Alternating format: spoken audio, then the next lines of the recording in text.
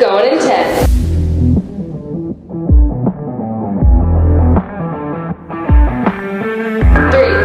2, 1, go. Welcome back to the Salty Hive Experience. Today we brought on Trish. She's been on before, obviously. And we decided to do this because right now we have a large group of ladies at our gym that are either pregnant, trying to get pregnant, or in their postpartum era. So we are going to talk about Trish's journey throughout pregnancy with training and what CrossFit looked like, and then also through the recovery process of having a baby. So let's start let's start with while you were pregnant, right from the first get-go. First trimester, what was that like for you being pregnant? I think the biggest thing is I didn't think it was real. Because when you are first pregnant, I guess like in my head, you have a belly. Like it's like instant belly. Mm-hmm. Doesn't happen that way. But when I first found out I was pregnant, it was like, is there something in there? Like, is this real? Is this happening? So I feel like there was a lot of like not thinking it was true until obviously like a ultrasound or something like that and test will tell you that you're pregnant. So I think that there was a lot of like, is this really happening kind of thing. The way that my body was feeling, I was very lucky that I didn't have any sickness. Like I never had morning sickness. I did have a little bit of like lack of appetite. So like it was hard for me to eat certain foods. For the most part, I would still eat pretty good, but specifically protein, like anything protein, like just did not sound very good.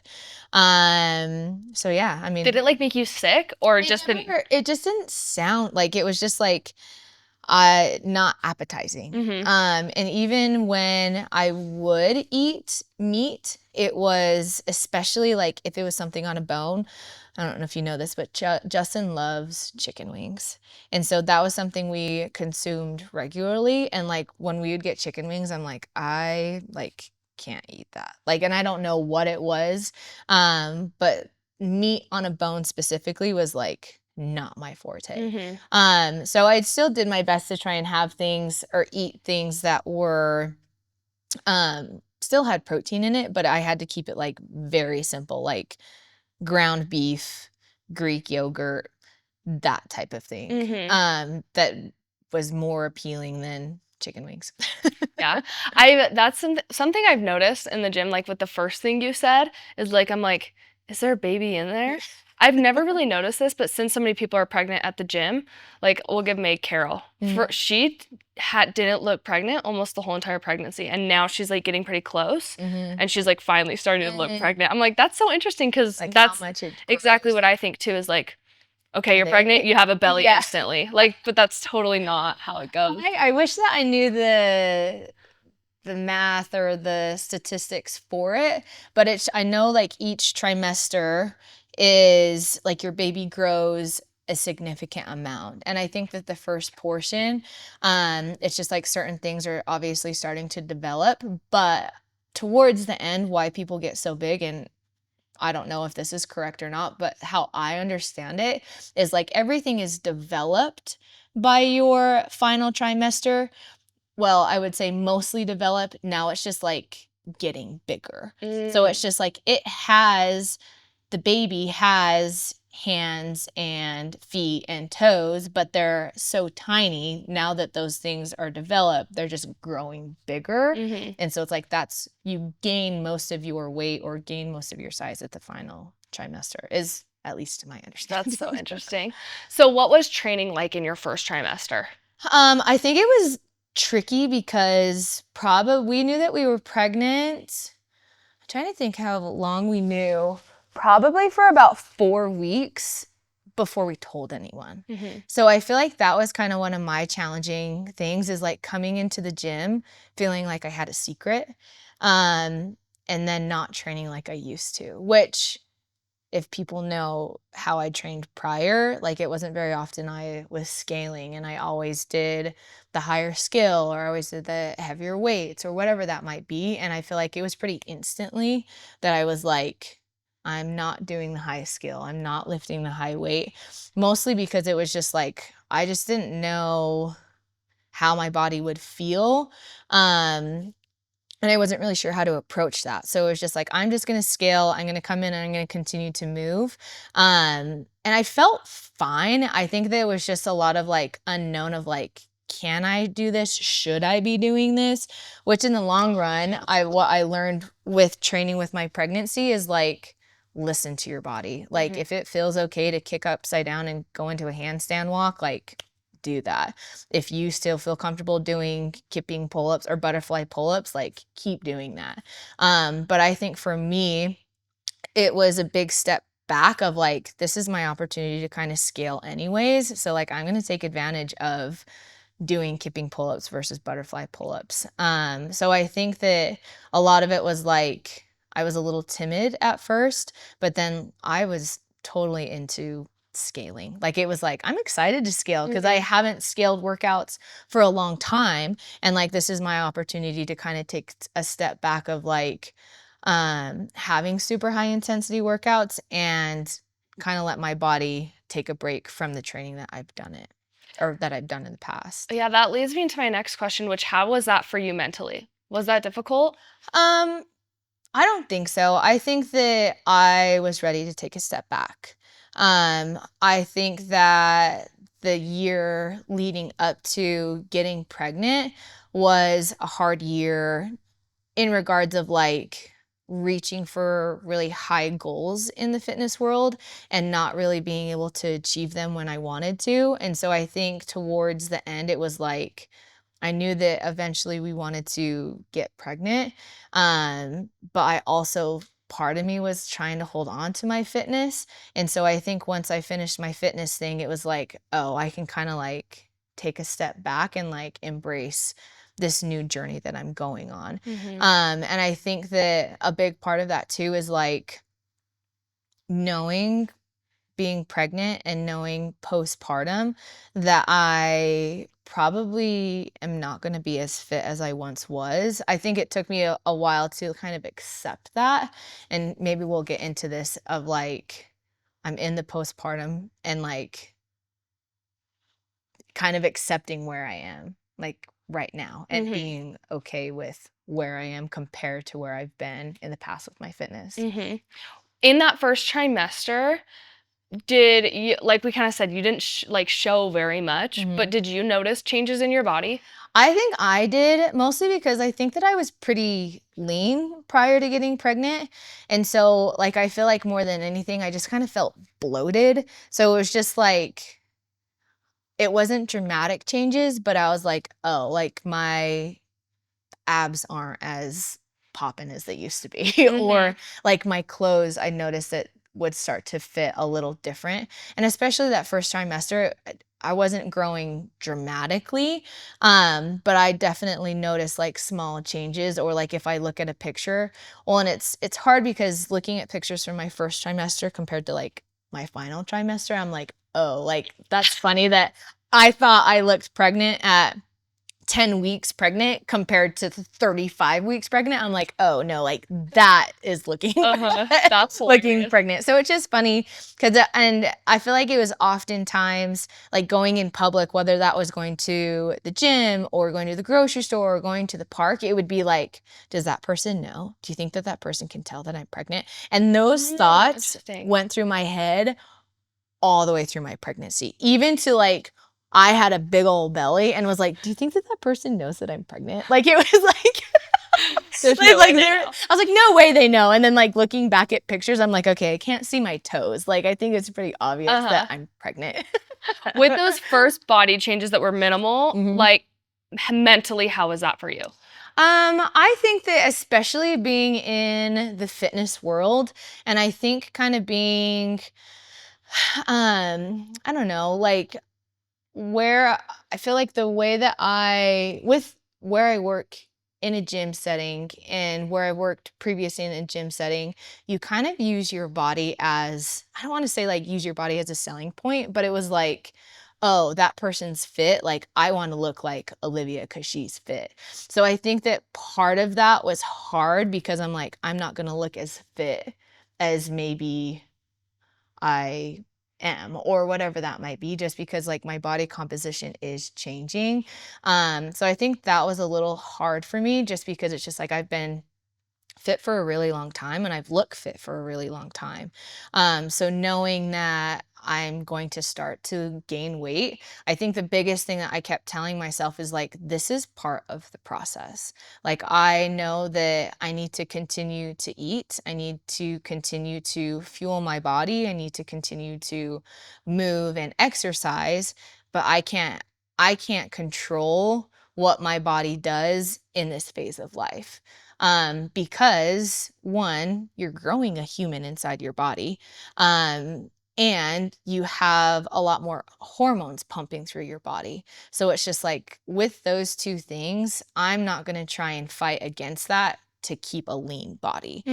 So I think that part of that was just like embracing that this is what my body's supposed to do, and I'm going to be okay with it, which is challenging, but again, I just really tried to lean into like, this is kind of what happens when you're pregnant. Yeah, I like that. I think that I've decided that you've got to be the most level-headed human in the whole world.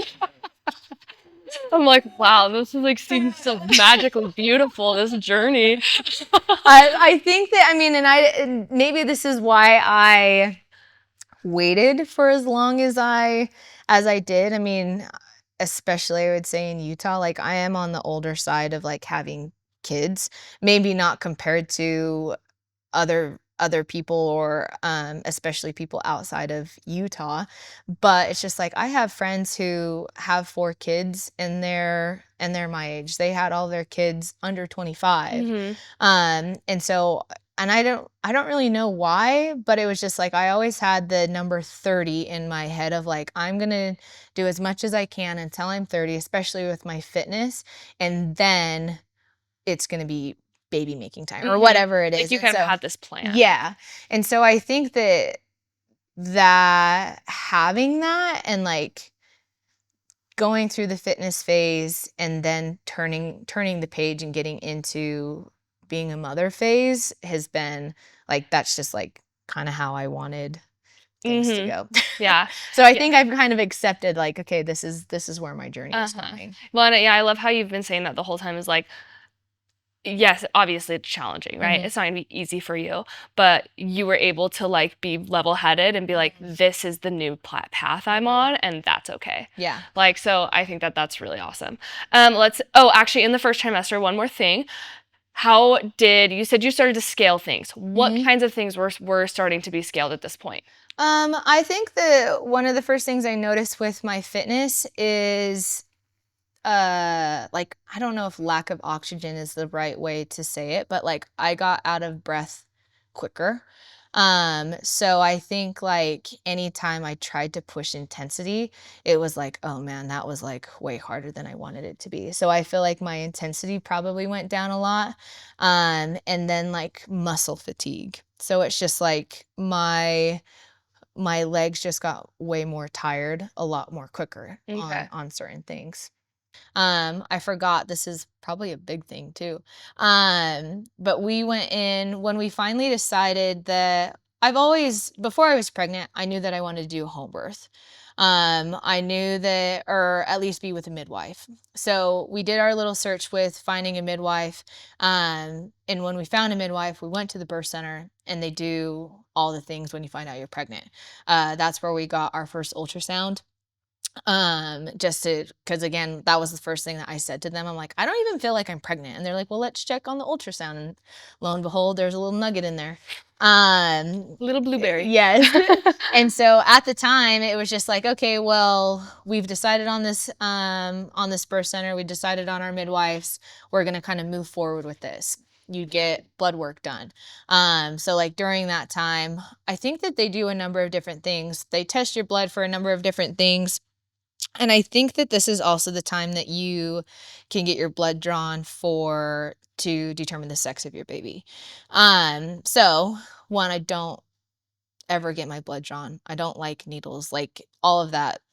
I don't love. So, anyways, that was a whole experience. I got my blood drawn. I passed out. Justin freaked the fuck out. Surprise. Anyways, we get results back. The freak out. We get our results back, and I find out that I have the RH factor in my blood.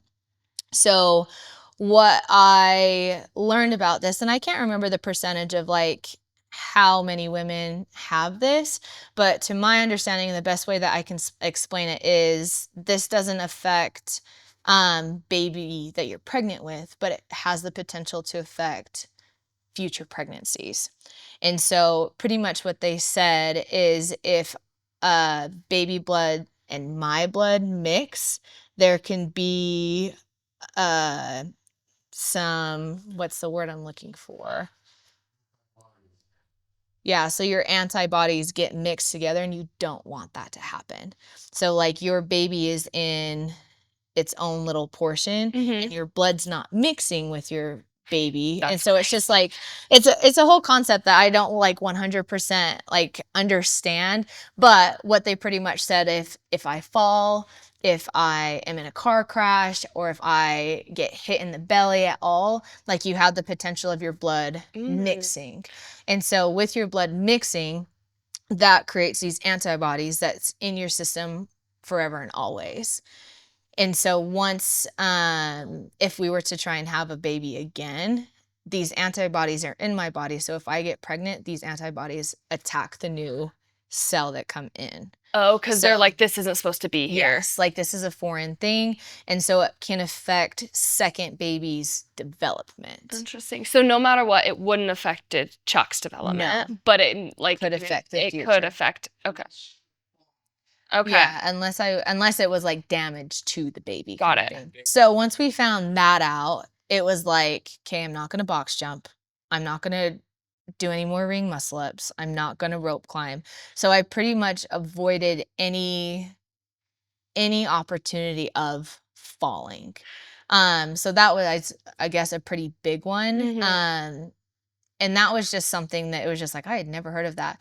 I never heard of that before getting pregnant. But then I actually have a handful of people in my family who've had that, where it's just like, whether that was an aunt or a sister-in-law or whatever that might be. I'm like, okay, this is more common than I think or realize. But when I first learned about it, I'm like, I'm the only one. Yeah, I'm like, no one has, like, I have this rare disease that I can't have another baby or whatever that is, right? So yeah, that was definitely a big factor of like, okay, we're going to change what we're doing in the gym to minimize any risk of falling. Got it. Okay, let's move into our second trimester. Okay. How did you feel during your second trimester? What changed? We're going to kind of go through the same questions, but just generally. Okay. I would say that the second trimester was probably the easiest in the gym. Where the first trimester, I feel like I probably had a harder time like eating. But then I feel like my energy kind of picked back up. And I feel like it was just kind of like accepting, like, I don't know, like, okay, we're going to be pregnant for 40 weeks or whatever that is. So I think that I kind of got used to like the fact that like, okay, I'm growing a human.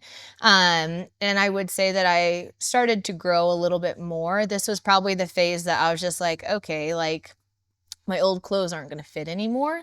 Or my old clothes are just like getting tight. So I guess that's kind of the start of that. Okay. And how did you feel during this trimester in those changes? Well, I don't know why I had this thought, but growing, like being pregnant, I'm like, I'll be able to wear my old clothes. Like that's not gonna be a big deal. But then when I tried to put old clothes on, or like even like leggings that would come up to about my midsection, like they would start there, but like very quickly like rolled down to my like past my belly. I'm like, okay. So it was just like more of like eye-opening experience of like, all right, well, I guess I need to find other clothes than what I used to wear. And I also think that I like had the realization of like how small my other clothes were. Of like, all right, if I'm gonna put a crop top on, it's gonna just cover right here. That's awesome. So yeah, I think that they're definitely, I just think that the biggest part is just like accepting that you're growing, which is hard being in the fitness world of like almost wanting to always be in control of like not gaining too much weight or being cautious of those things. And I guess part of me was just like kind of accepting like I'm going to grow and that's just what's going to happen. Okay, so kind of like an acceptance phase here. Mhm. How did you feel like internally, like sick, or I you don't did say energy was up? Yeah, I would say, I mean, compared to all of the trimesters, I would say that the second like energy was pretty good. I feel like I was still able, I mean, I was still coaching as much as ever. I was working with nutrition coaches or nutrition people as much as ever. And so it was just like I feel like that kind of phase was like I'm gonna take advantage of doing all of these things because once baby comes, like probably not gonna be doing this as much. So I feel like that was kind of like my advantage phase, I guess, if that makes sense. Yeah. And what changed in training wise? I don't think much. I think that there was definitely, since I was getting a bigger belly, I would say things like the rower got kind of harder because your feet are kind of stuck in a position. So I had to like push my knees and push my ankles out a little bit more. Any type of barbell stuff, like it was like, oh, there's an obstacle in my way when I fold forward.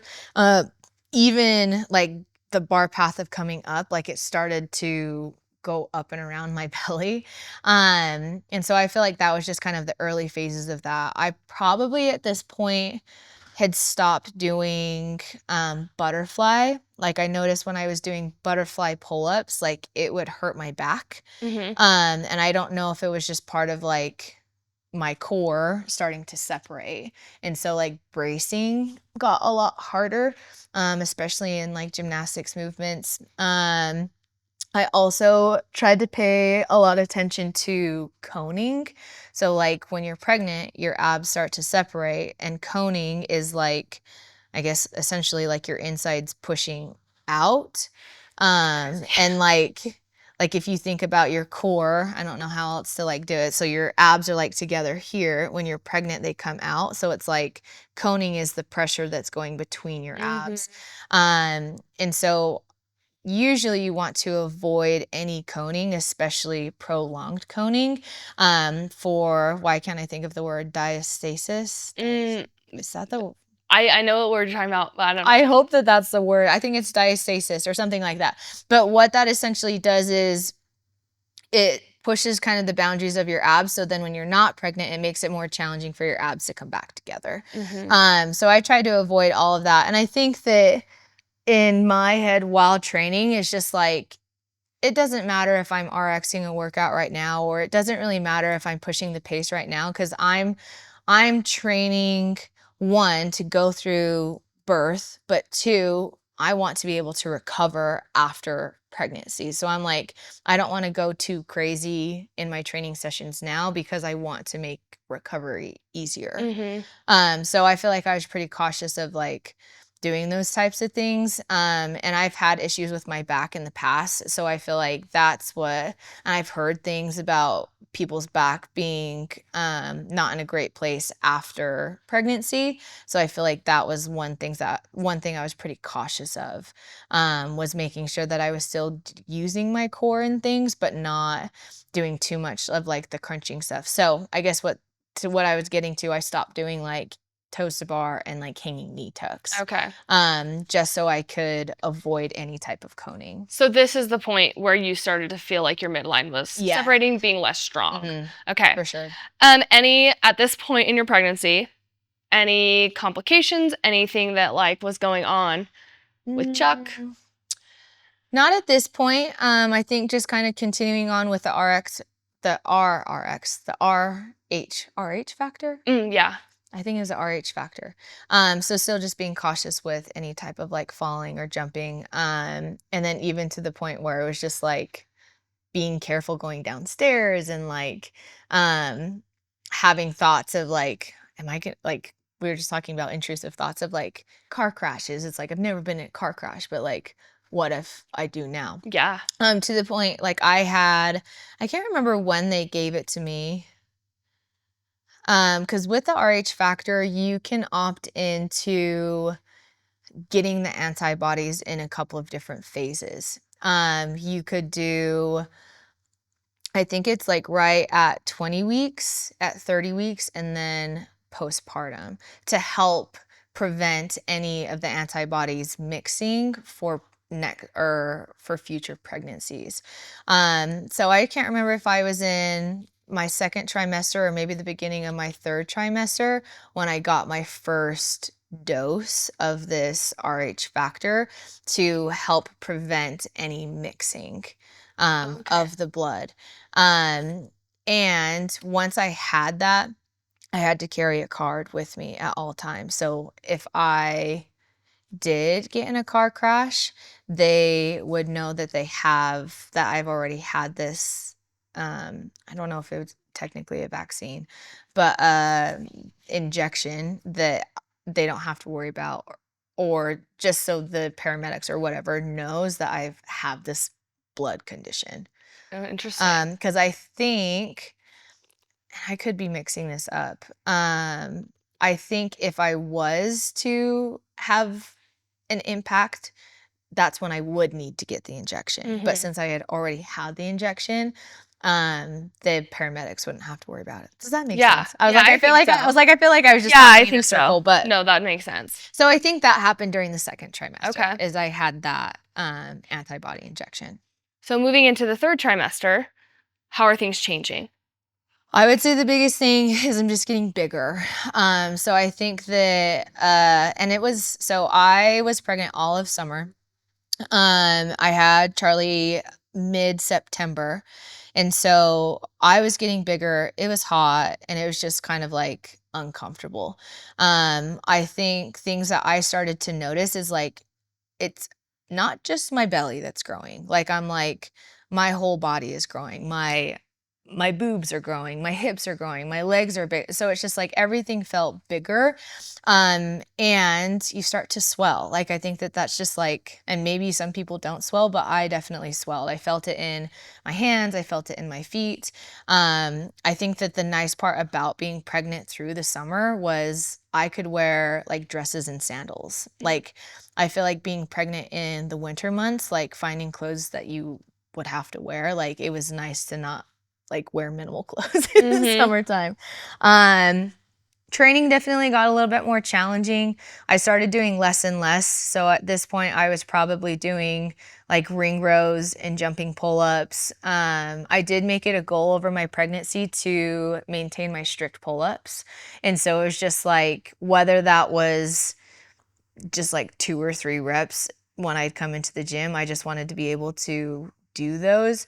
So I would throw strict pull-ups in there. But any type of dynamic pull-up, I would usually do a jumping or like a toe spot. Burpees started to get weird.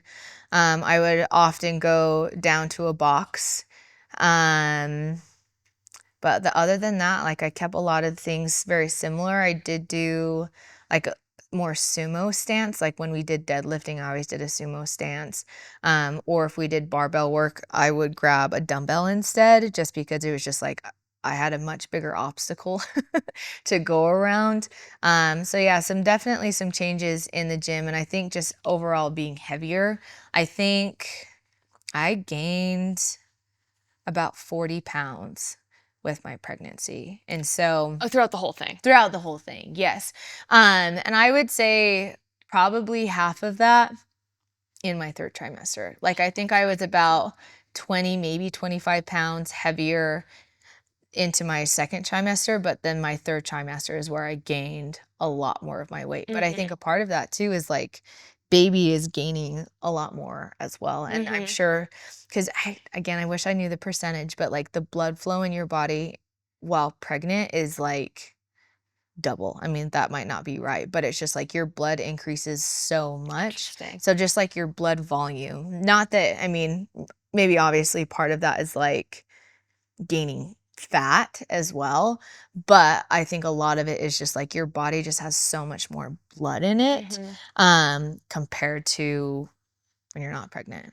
Interesting. Yeah. At this stage, Mhm. growing a lot, life changes, training changes. How are you feeling mentally and emotionally? I think at this point it was like, again, I feel like a lot of pregnancy for me was like being open to a lot of different things and accepting a lot of different things. And to me, I wanted baby to come when he was ready.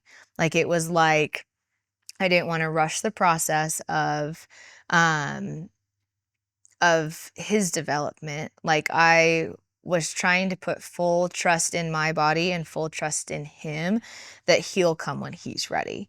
And I think that a lot of that, like I feel like during this time, like I got pretty spiritual or like I was very mindful along this process. Cause also during this time, and I don't know if this has really been discussed or I don't know if a lot of people know this, but at 36 or 37 weeks, we found out that Charlie was breech. So typically, babies are born head down. And we learned that Charlie was butt down and head up. So I feel like, especially that, I mean, that was towards the very end. We don't know exactly when he did flip because previously he's been in an optimal position for head down. So I think especially when we learned that he was breech, that's when I started like trying to get really in tune with my body, and I was doing a lot more like meditating stuff, or I was doing a lot more like yoga flow stuff where it was like I'm just trying to get my head right and I just want to just like move through things that makes my body feel good. Common things that are done when baby is breech is scheduling C-sections. With a C-section, I would have to go to a hospital. That is something that I did not want to do because I wanted to keep the goal of being unmedicated and having a home birth or a birth center birth. And I just knew a C-section was not something that I wanted to do. I think that we got to the point that we were kind of open to it. Like we wanted baby to be safe and we wanted the best thing for him. But in the end, I was still very passionate about having an unmedicated vaginal birth. So I think during this time it was like we were doing all the things that you could, I feel like, to try and turn baby. I had been seeing the chiropractor since about 25 weeks pregnant. And so I continued to see a chiropractor to create more space to see if baby would turn. I would go to the pool and do flips in the pool That's to awesome. see if baby would turn. Spinning in the Yes. They also recommended a hot pack and a cold pack on your belly. So like I would have a cold pack and a hot pack here. like a battery. You're like, Yes. yeah, So that's it was like amazing. you could try and see if like the coldness would like get him to turn. Oh, interesting. They do this thing called mox. I'm gonna say it moxibustion. Moxibustion. I cannot say that word. Moxibustion. Where that's kind of like we called it the witch doctor, but it's kind of acupuncture and burning of your toes. So they put acupuncture needles in a number of different spots. I think they had put it maybe in my temples.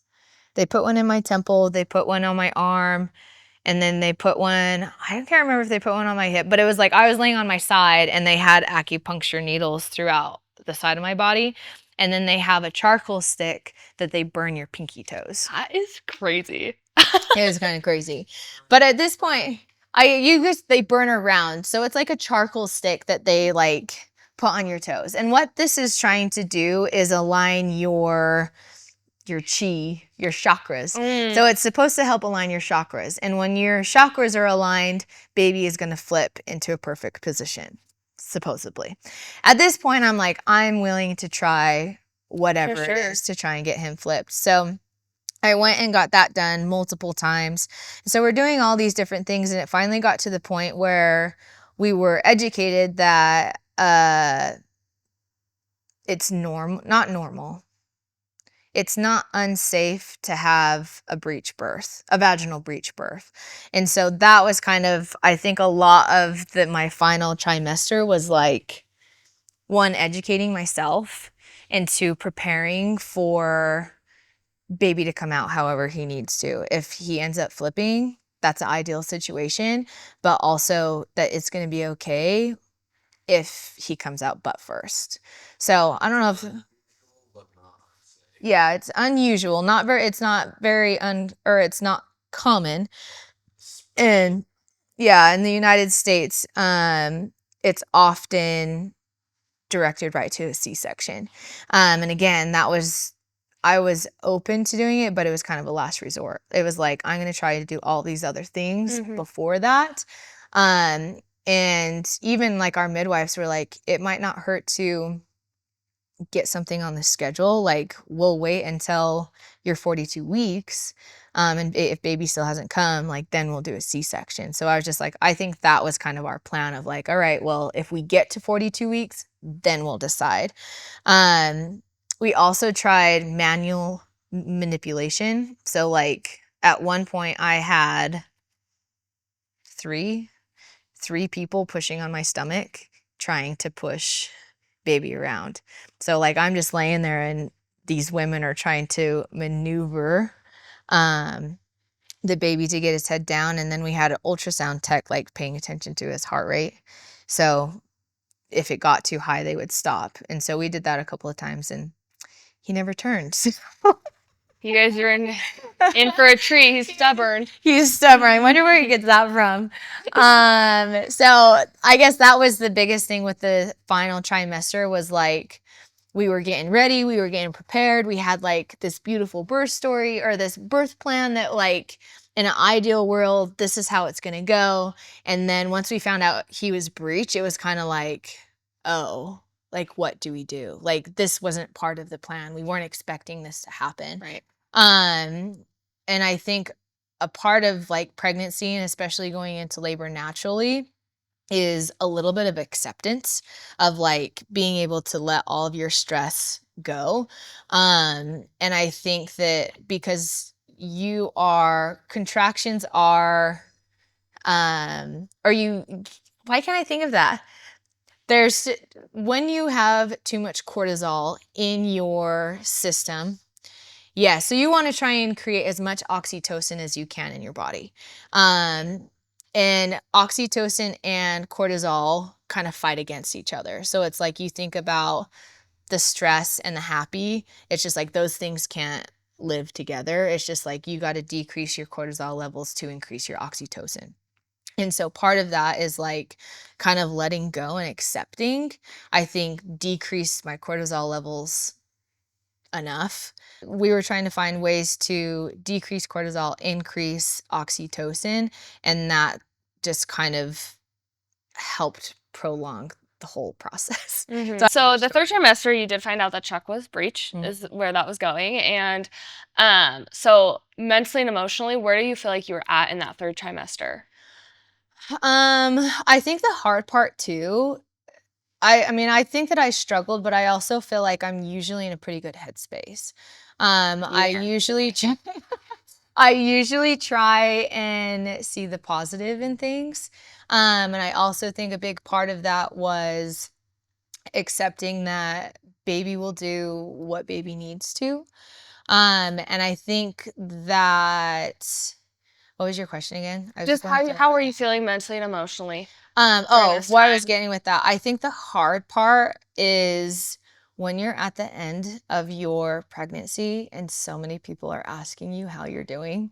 Like, I think that it's overwhelming just because it was, well, and especially like being breech. We didn't want to make a big deal out of that. Just because I feel like if people know about pregnancy and know about birth and I said that he was breached, they would be like, what? Like, I feel like it could be dramatic, and maybe that's just the way that I saw it. So I think that that was the hardest part about being towards the end of pregnancy and people asking like how I'm doing. I'm like, I don't really like want to talk about this. Like, it was like, Yeah. I did, but I didn't. Like, it wasn't just like something casual that I Right. could be like, oh yeah, my baby's breached. Like, it Right. was like, I didn't feel comfortable enough to share that information because I'm also pretty personable. I'm not, Private. private. Like, I'm not gonna share more than I need to. Yeah. For the most part anyways. Like, I feel like if I'm pretty comfortable with somebody, I might share that, but I feel like at that time it was like me and Justin were the only people who knew that situation. And so it was just like when people were constantly asking, like, and I even have caught myself, I mean, we have a handful of people who are pregnant, like when somebody is pregnant, or there's been a couple of people that I've like caught myself saying like, how's it going? Or like, are you ready? Like, just like little like things like that, and there's no way that it's so hard to control that for some people. Cause I think that there is a lot of people who genuinely care, like, how's it going? But like towards the end, I'm like, will you just not ask me about my pregnancy? Well, you probably in this phase too where, yeah, like you said, you're like, good, but under like how you're pregnant, you're like good, but underneath you're like, I'm actually going through a lot of kind of fucking shit. But, like, it's really hard to get through, but good. Yes. And so I mean that, and I think that kind of ended up, because it's just like I do think that people genuinely want to know and like care about me. But I think that is totally how I was. I'm just like, I'm going to tell you good, but actually I have all this shit that's going on and I'm super overwhelmed right now. Yeah. For sure. Which I think that just like being pregnant and like getting towards the end is just like, I've made it so far in pregnancy. I've made it almost 40 weeks in pregnancy.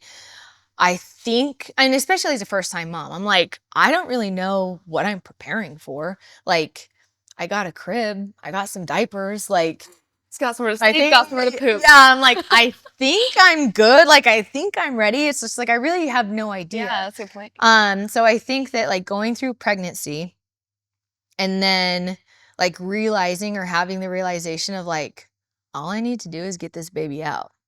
But that process is a lot. And so I think that like having that realization of like being pregnant was the easy part for me. Okay. And I'm sure that that's different for maybe everybody, but I was like, pregnancy was easy.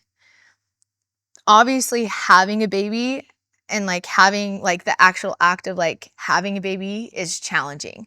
And then you have this new life with a baby, which is challenging. So it's just like, they all have their challenges, but like if I was to compare all of them, I'm like, being pregnant was the easiest part. Like, I love Charlie and I love being a mother, and it's just like, but it's hard to be a parent, and it's hard to like go through these phases of like learning, am I doing this right? Am I doing this wrong? So I think that towards the end, it was definitely like, well, all I need to do is like have the baby now.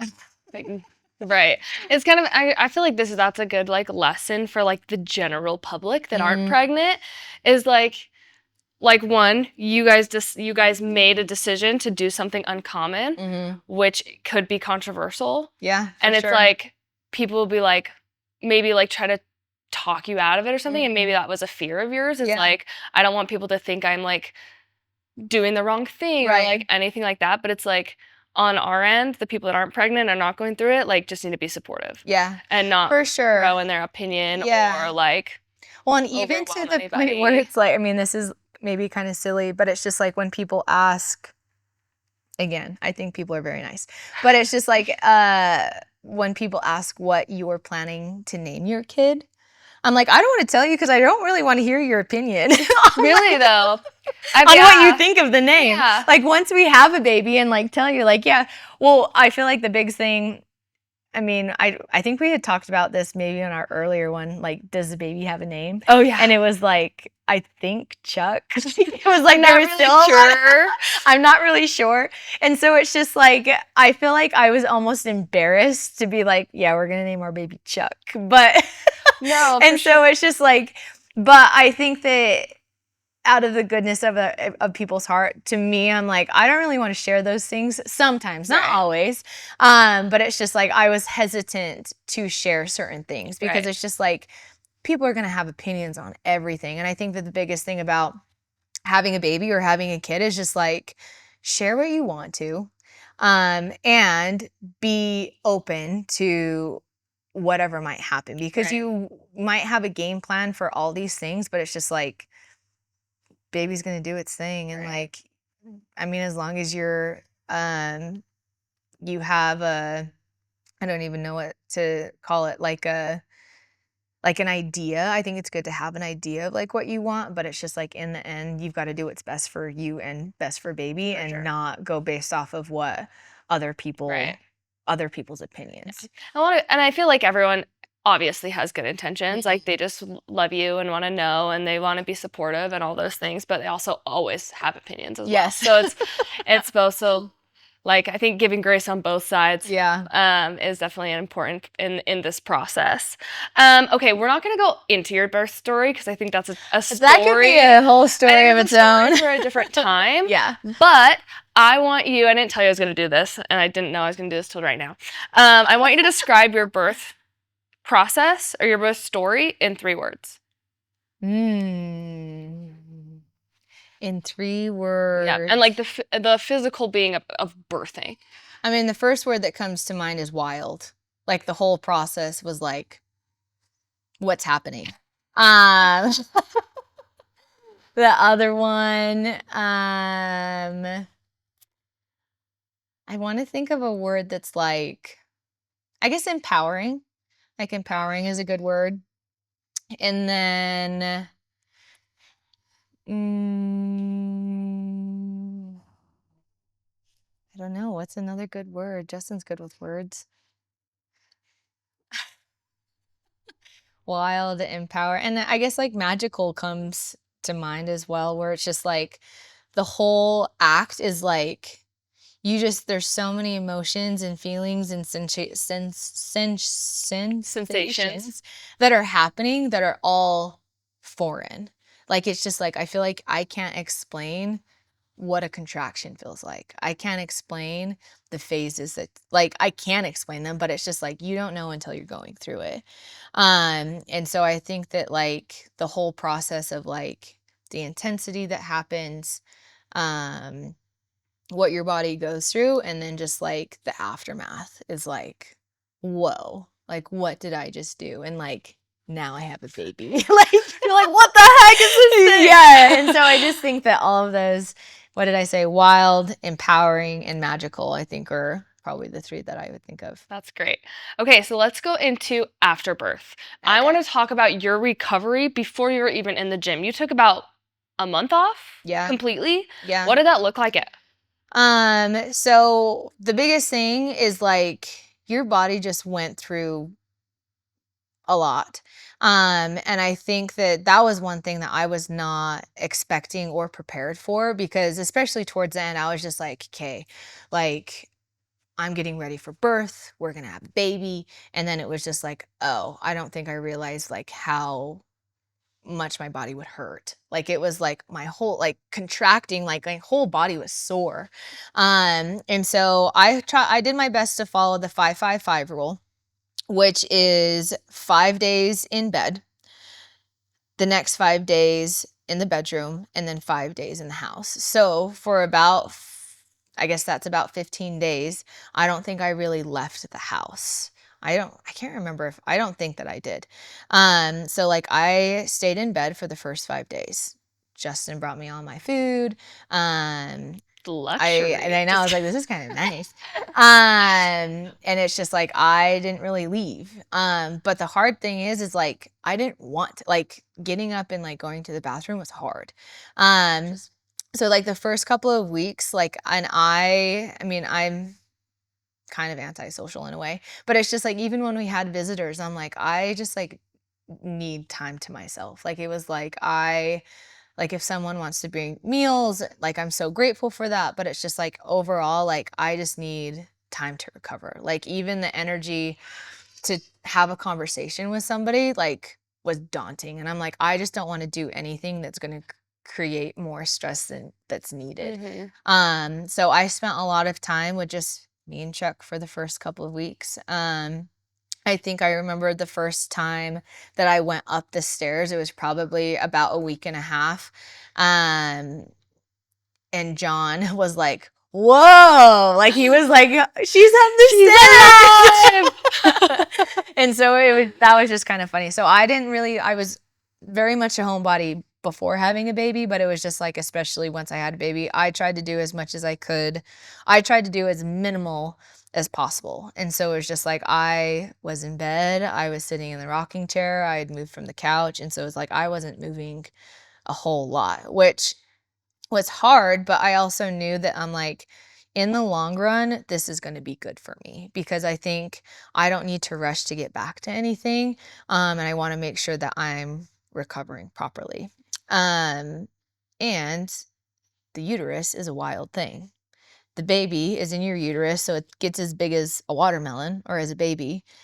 It gets back down to its original shape in like a week, like Wow. maybe less than. And so it's just like, but your body has to contract to get it that small. And Is that uncomfortable? Like, can you feel that contractions? Yeah. And it's hormone driven. So like, again, kind of going back to like oxytocin and like baby being skin on skin or like when you're breastfeeding. So like, that's when I felt it is like I was breastfeeding and then I would like be cramping. Like it was just like a wild. So a lot of different things that, happen to everybody after having a baby, but it's just like it's your body goes through a lot, especially the first couple of weeks of healing. It's usually recommended to wait 6 weeks before exercise. And if you're going to do something like doing very minimal, like maybe going for a walk or like doing breathing exercises. So I think I came back to the gym at 4 weeks, but I was just doing my own thing. Like I wasn't back in classes or anything. Like I would come in and I think I do a lot of like stretching, maybe some like light core work. But then I think I started joining classes at 6 weeks. And then at 6 weeks, still very minimal, like maybe some step ups, maybe some ring rows. I wasn't doing like any type of like running or jumping. Like it was like very slow and minimal stuff. Okay. So, I liked the 5-5-5 rule. I've never heard that, so it's kind of interesting to hear. So now we're kind of moving into your next postpartum stage of coming back to the gym. Actually, before we do that, like mentally and emotionally in that time frame where you're at home, how are you feeling? I know that's a really hard time for some people. Well, I think that the biggest thing is that you're exhausted. So it's just like I didn't know or I didn't realize how often you would be feeding the baby for the first couple of weeks. And so it's like I had a timer on my phone and every 2 hours I would feed Charlie. And that was 24/7. So it was like even at night I would set an alarm. I'd wake up every 2 hours and I'd feed him. So I never really slept. So I think that that was the biggest part is like you're just really tired and like I just don't have the energy to do very much at that time. And so there's definitely like a foggy foggy memories of like is this real life? Like Just a blur. are we doing this right now? Like and we just have like this small little human that we're taking care of now. So that was definitely one of the biggest challenges is like just like being exhausted. And I feel like as soon as I started breastfeeding, like I was so hungry. And so I was constantly eating. And it felt like it was just like this cycle of like feed Charlie, feed me, try to sleep. Feed Charlie, feed me, try to sleep. So and that probably happened for pretty solidly for about 2 weeks. And that's kind of the time frame of like you want them to be at their birth weight. So usually babies will lose weight once they're born. So once baby gets back up to their original birth weight, like that's when you can kind of stop the every 2 hours. So once we got there and I had like my first stint of 4 hours of sleep, I'm like, wow, like this is Brand crazy. new. It's like, oh, this is great. That's awesome. So going back, now you're into the gym. Mhm. Tell us about the process and the progressions that you had to make throughout this time. Like you're still in this time. Yeah. So For sure. And I think that, I mean, the first thing that I noticed is lifting. And I think it's hard because I was really strong. And so I think it's hard to compare where I used to be. Um, okay, I am still strong. But like I think, and I came back like right when we were starting the lifting cycle. Like I think that was like one of my first weeks back. And I think the first week of our lifting cycle, I only did the barbell. And I'm like, whoa, like this is tough. But it's crazy how quickly you can recover, or you do recover, because like each week, and maybe part of it is like building the confidence back up again. But like each week I was able to increase, but it was like still pretty light, especially compared to where my numbers had been previously. So I think that was the biggest thing, is I noticed like lifting, or like weights felt really heavy.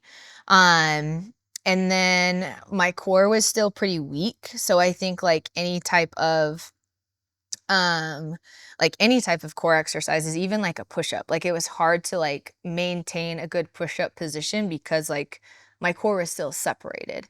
And like part of like that 6 weeks, I guess, is like they want to make sure that your abs come together before you start doing too much, especially core. So like doing movements that are more bracing versus like crunching or flexion movements. So like planks or dead bugs or bird dogs, instead of like hopping right into like sit-ups kind of thing. So, right. but yeah, I would say that weightlifting was hard because things felt heavy, and then anything core wise was just challenging too. When did things, if they even do, Mhm. start to feel a little bit more normal again? I would say each week definitely gets better. I would say like two of my movements right now that are most challenging are toes to bar and double unders.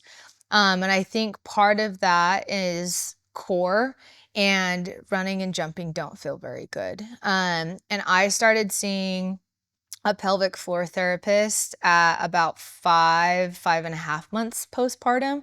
So right now I'm 7 months postpartum. So I've been working with a pelvic floor therapist for about a month and a half now. And that has helped, because more than anything, it's just creating more mind connection to the body. And I think with the pelvic floor therapist, is she's helping me build strength in not only my pelvic floor, but like my adductors, my glutes, my hamstrings, my lower core. So it's just like I guess that's all part of your pelvic floor. But in my head, when I first started working with a therapist, I was like, oh, I'm just going to be like doing Kegel exercises, which isn't necessarily the case. It's like actually your adductors have a huge impact on how that works, and like your glutes are going to have an impact on that too.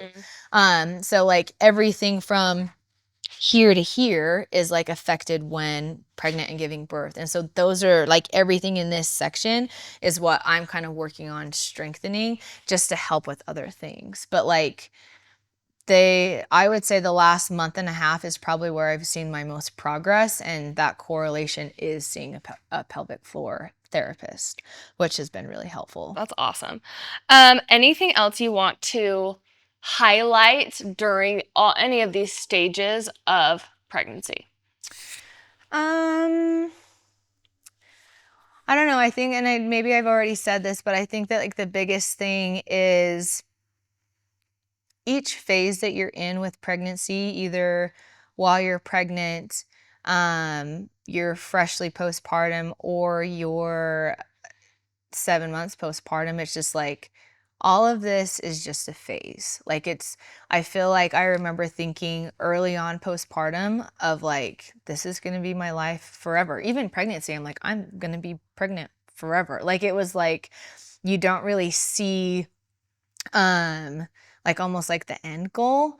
But I think that again, just trying to be open about everything is just like, this is just the phase that I'm in. And I think kind of accepting that like each phase is going to change and like you're going to have ups and downs. Like even now that I'm 7 months, I think that my favorite question getting asked postpartum is your baby sleeping? And I can't help but laugh because like, yes, he is sleeping, but do any babies sleep through the night? If they do, like, I don't get it. But for the most part, like I'm gonna be up at least once or twice in the evenings, and like that's like a good night. And so I think like being accepting, like this is just like the phase that we're in right now, and like I feel like I often ask myself, like, am I always gonna be this tired? But it's just like, this is just like the phase that we're in right now. And I think that one day, like,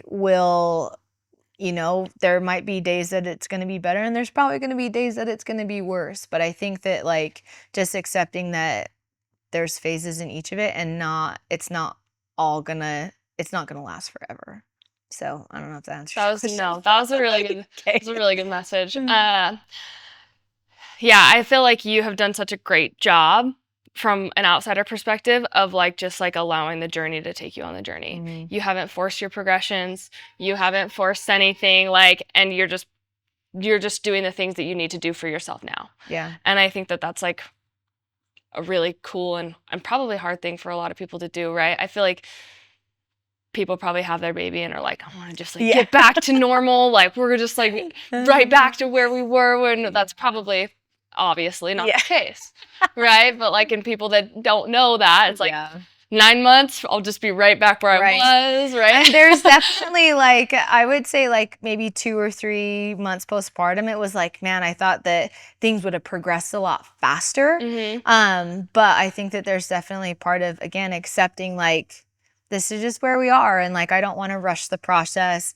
And I do think that every time I look back on the month, I'm like, oh, like it's kind of like starting brand new with CrossFit again, where it's like, oh, I wasn't able to do that 2 weeks ago, or like, oh, like these pull-ups feel way better than they did a month ago, or whatever that is. So it's kind of fun to have that restart or re-kick, because it's just like not that I got to the point where I hated CrossFit, but it was just like I was kind of getting to a point that I felt burnt out of like competing and always trying to be at my best in here.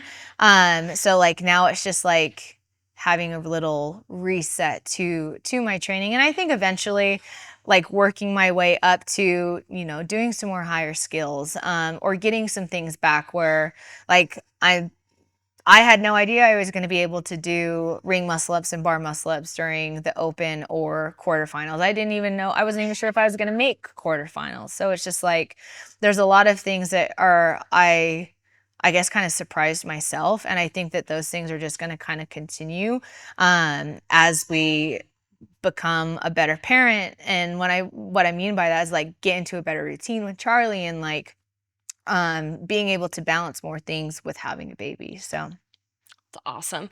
Thank you so much. I could probably talk to you all day. I know. I'm like, I could talk to you for hours about this.